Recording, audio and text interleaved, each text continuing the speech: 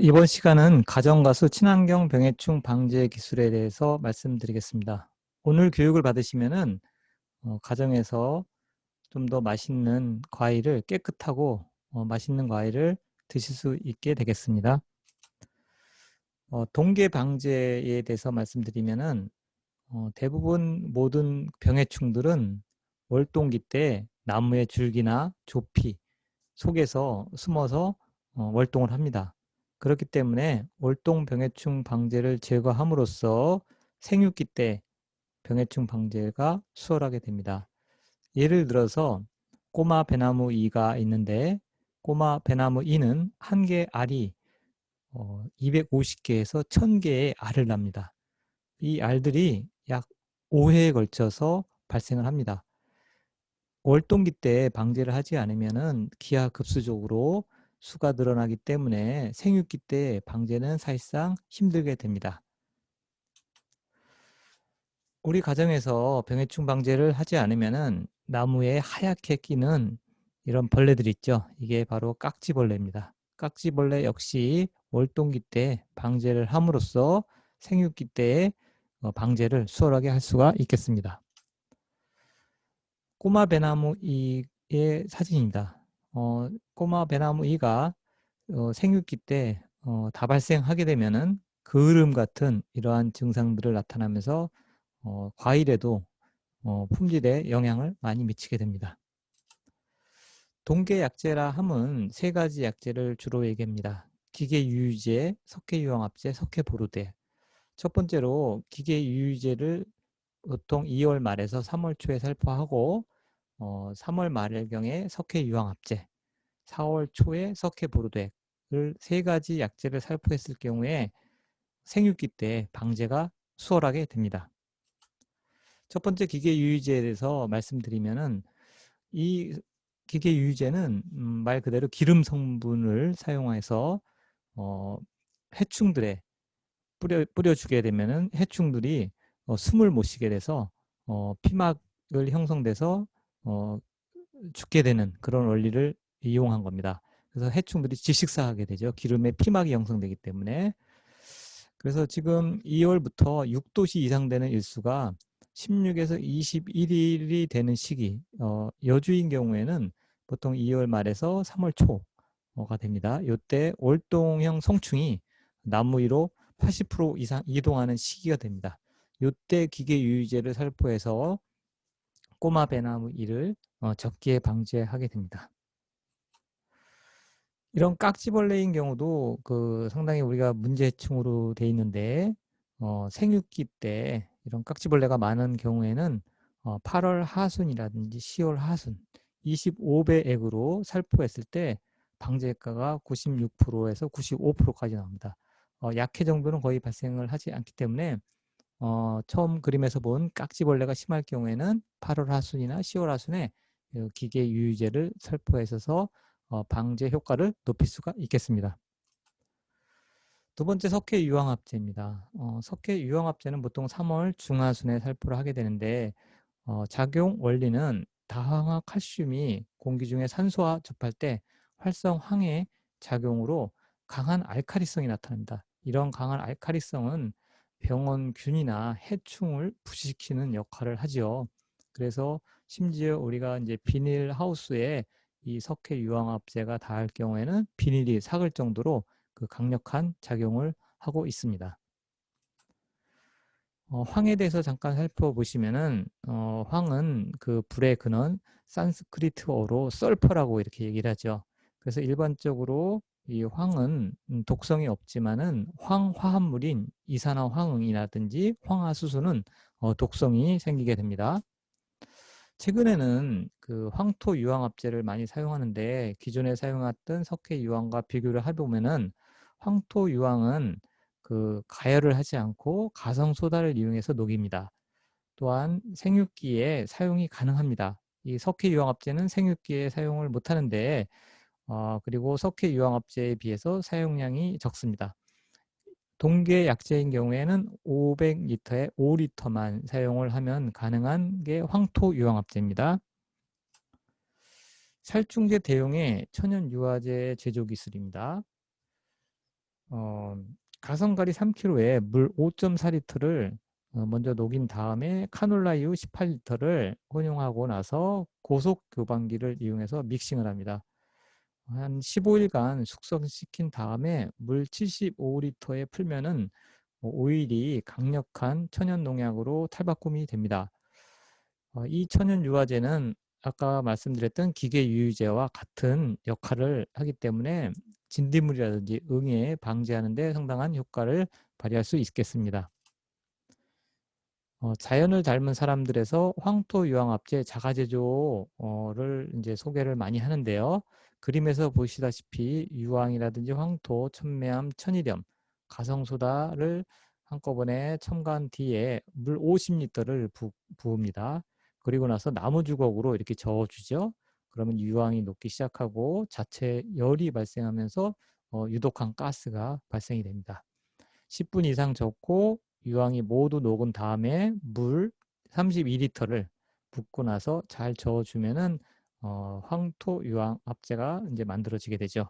이때 발생하는 게 열도 발생하지만 유독 가스가 발생한다 그랬죠. 그래서 이거 인체에 상당히 해롭기 때문에 저희 지역에서는 황토 유황 자동 제조기를 보급을 하게 됐습니다. 인근에 복숭아 농가들이 있으면은 그 농가들에게는 저희가 이제 자동 제조기 보급이 돼서 황토 유황이 생산이 되고 있습니다. 그래서 주변에 복숭아 농가가 있는 분들은 이렇게 황토 유황을 조금 얻어 쓰실 수 있습니다. 황토 유황합제는 제조 후에 pH가 변화가 됩니다. 그래서 5주 뒤에는 pH가 13으로 이렇게 강알칼리성으로 올라갑니다. 그렇기 때문에 반드시 식초를 첨가한 후에 pH를 8에서 10으로 교정한 후에 사용을 하셔야지 약해가 없습니다. 황토유황액비 사용 요령을 보시면 생육기 때는 물 500리터에 황토유황이 1.5에서 2리터 내외, 유화제도 1.5에서 2리터를 같이 혼용을 하시면 되겠고요. 동절기 때는 물 500리터에 황토유황이 4리터, 유화제도 4리터 이렇게 사용을 하시면 되겠습니다. 과체류 및 엽체류에도 물 500리터에 황토유황 2리터 기준으로 유화제 2리터를 같이 혼용해서 사용하시면 되겠습니다. 세 번째로 석회보로덱입니다. 석회보로덱은 세균성병을 방지하는 데 상당히 효과가 좋습니다. 사용 시기는 보통 그 핵과류의 첫 꽃이 필 때까지 4월 초가 되겠죠. 4월 초에 그때 사용을 하시면 되겠고, 생육기 때는 이런 복숭아라든지 자두, 살구 등에는 약해 때문에 사용을 할 수가 없습니다. 그래서 생육기 때는 보통 유산동 대신에 유산 아연을 사용해서 유산 아연 석회액을 사용을 하기도 합니다. 석회 브로덱을 사용할 때는 전착제를 혼용하는 게 상당히 좋습니다. 파라핀계의 전착제를 이제 사용을 하시면은 상당히 가뭄 피해도 예방이 되면서 내병성 증대가 되고 약의 지속 기간이 연장될 수 있기 때문에 케오스라든지 아비온이라든지 이렇게 나와 있는 그 파라핀계 전착제를 혼용을 해주시면 상당히 효과가 상승됩니다. 브로덱 장점을 잠깐 보시면은 가격이 일반 약제에 비해 상당히 저렴하죠. 그리고 살균력, 특히 세균성 병에 대해서 우수하게 되겠고 약효가 지속 기간이 상당히 길게 됩니다.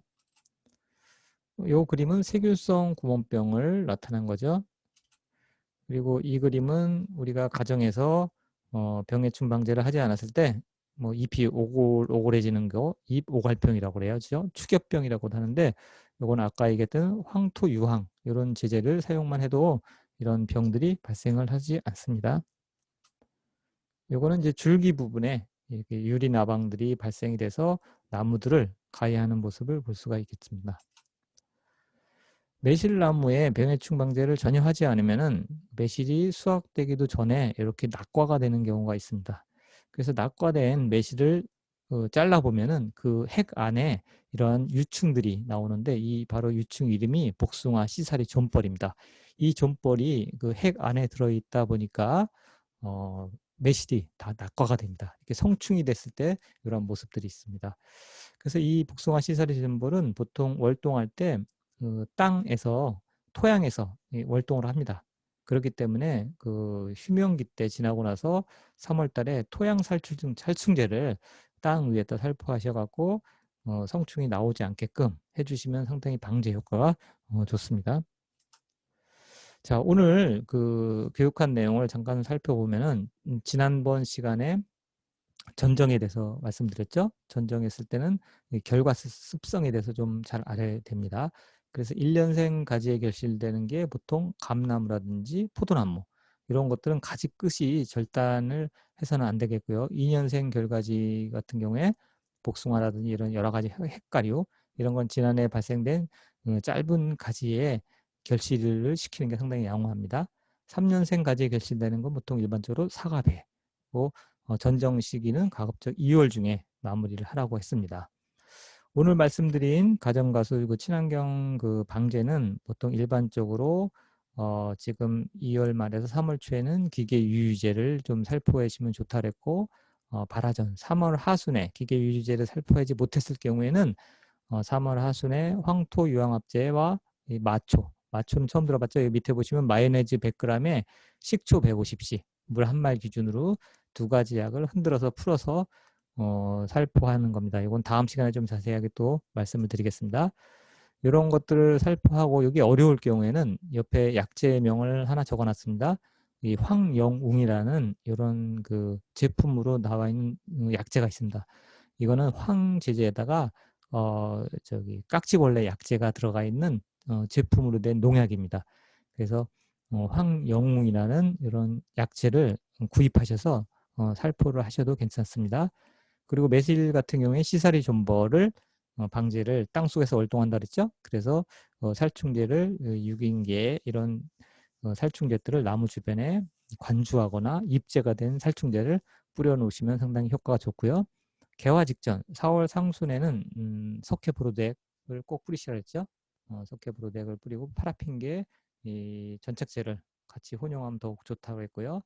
그 다음에 4월 상순에는 요 그림에서 보시던 게 이제 교미교란제입니다. 교미교란제라든지 아니면 막걸리 트랩 이런 것들을 설치를 해주시면 좋겠습니다. 이 막걸리 트랩도 다음 시간에 조금 자세히 또 설명을 좀 드리겠습니다. 그 다음에 5월 그 상순에는 마요네즈 식초하고 어떤 이제 아인산염 뭐 이런 것들을 같이 전착제 파라핀계와 같이 혼용하고 낙하 후에 이렇게 살포를 하시면은 상당히 효과가 좋습니다. 그래서 적과를 하고 과실비대기 때는 적과를 하고 생육기 때는 이 아연보르도액 같은 그 약제, 황토유황합제라든지 마초 이런 것들을 같이 혼용을 해서서 한 2, 3회만이라도 약제를 살포하시면은 우리가 가정에서 좀 더 깨끗한 과일을 드실 수가 있겠습니다. 네, 감사합니다.